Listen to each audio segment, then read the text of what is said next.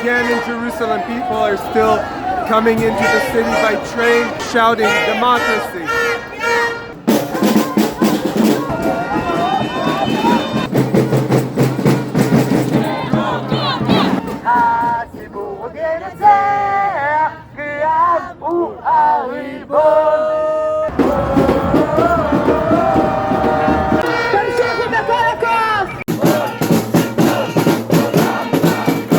The whole country was shut down that day, including universities, hospitals, and major companies in Israel. The Histadrut, the major workers' union in Israel, also had a strike that day.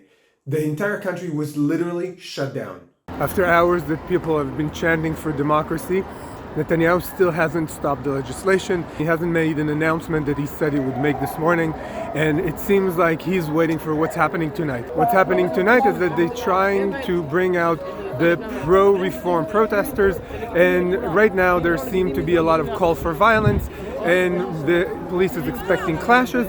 So it seems like Netanyahu has stalled his statement to see who wins on the streets. Now the pro-reform demonstration people are wheeling in, and it's funny how people are moving out and their opponents are now moving in front of the Knesset to show support for the reform. So what's happened since then? That night during the protests and the counter-protests, there were some violent incidents on the side of the people who support the reform. However, considering the number of people that were out in the street, it was pretty minor. Yesterday, sporadic violence from supporters of this government in some kibbutzim around Israel, and Netanyahu did say that he's gonna halt the legislation until after Passover, and he's gonna go to the president to speak about the legislation with the opposition. However, at the same time that this con artist says it, the most important bill in the legal coup is being promoted a notch, and that is the appointment of judges. It hasn't been brought to vote, but it's ready, so the coalition can vote on it in 24 hours whenever they want to. This is the most important part of the legal coup, because the Supreme Court is the only thing that stands between this government